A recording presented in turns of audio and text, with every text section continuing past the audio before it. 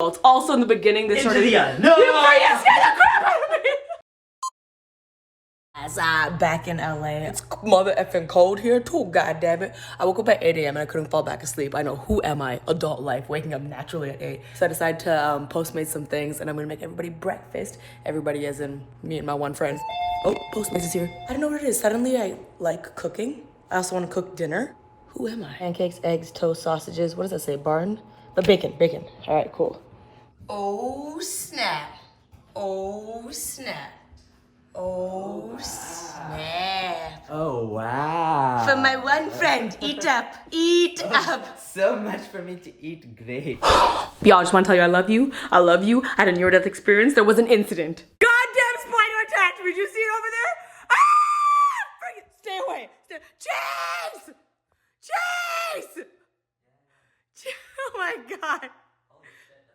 Ah! Burn the house down. We're moving. Burn the Hold on. Freaking goddamn kidding me right now. Hell no. Burn the goddamn. What a freaking.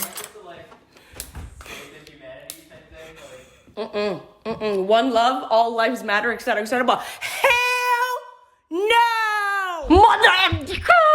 A few things are happening. I'm watching a whole bunch of episodes for A Little Late with Lilly Singh. I'm going through like 10 of them, doing a lot of work. It's Sunday. We're going back to the work week tomorrow. There's so many fun episodes, but at the same time, I'm making a list called Season 2. Now, I don't know if I'm getting a Season 2 yet. I hope. But I'm making a list proactively, visualizing, putting into the universe of what I would want to improve if we get a Season 2. A lot of you might not know this, but sometimes I see comments that are like, why isn't the show doing this? Or like, they need to improve this. There's a lot of things about a late night show that you might not know at first glance. Admittedly, even me going into it, there's so many things where I'm like, this is a thing, I can't believe it. Because of course, watching things, it's easy to comment being like, I should fix this, but there's a reason for everything. For example, things cost so much money. So sometimes I get comments that are like about the lighting or about the audience or about like the sketches or whatever we're doing. Things cost so much money. My show is unionized, which means it's not like my YouTube videos where I can just throw something together for a couple $100s. Everything costs so much money. Using a song costs like $4,000. Using a picture to tell a joke that is a copyrighted picture can cost like $10,000. So it's like insane the amount of money. So there's that. There's also sometimes people say like, why don't you have XYZ person? Or why don't you do this game with XYZ? So everything has to be approved by talent, by their reps. There's also just certain ways that people's publicists schedule things, like they have to go on someone else's show before they can go on mine. So there's so many things that people don't realize, including me, don't realize are a thing. So I'm making a list of Season 2 things and hoping that we get it and we can improve, because it's our first year. Things are gonna start small and we're gonna have to build from this point on. I'm really enjoying the episodes I'm watching and I'm really proud of what we've done with the time slot we have, the budget we have, the resources we've had. Shooting 96 episodes in 3 months is also not easy. I'm really proud of what we've done, and there's obviously stuff that we can improve, but I'm just so glad and fortunate for your support. So thank you. Let's get back to work. Working hard or hardly working, bum? Mom, shut up. Yo, my butt's asleep. I just sat in one place for 5 hours and did all the work. I'm about to go see Frozen 2 with Jay now, and I'm really excited about it. I actually rewatched Frozen 1. I never realized how big the glow up is when Elsa turns into the Ice Queen. Like, I was watching and I was like, girl got like a bra size up and like suddenly is a sex icon when she turns into the Ice Queen. So I'm about to watch Frozen 2. I will give you my review because I know you're dying to know what I think about Frozen 2 because I'm silent Barton. My neck looks weird. Anyways, I'm gonna take a shower.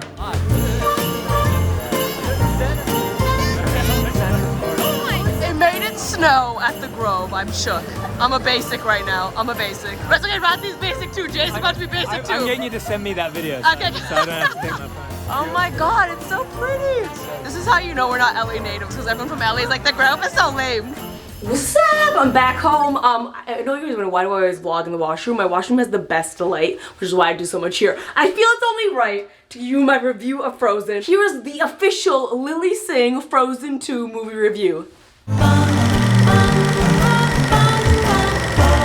Okay. Overall, goddamn amazing. Frozen 2 was so good. I'm gonna tell you all the things I liked, and I feel like I can't even say the things I didn't like, maybe the to be improved, the things I liked. I thought in this one, there was way more sister time. You know, in Frozen 1, they're sisters and you're like, oh, cute, but they don't really spend much time together. So when they're separated and going through all that, you don't really feel that sibling bond that much. In this one, Anna and Elsa are together so much, and if you're a sibling, you're watching and you're honestly like, this is so relatable. Like, me and my sister are the exact same way. There's a lot more humor and relatability that comes out of them being together more as adults. Also in the beginning, they started the unknown. You scared the crap out of me! Jesus Christ! My goddamn heart stopped! Oh my god, I'm sweating! You idiot! Get the F out of here! Freaking idiot, I forgot what I was saying.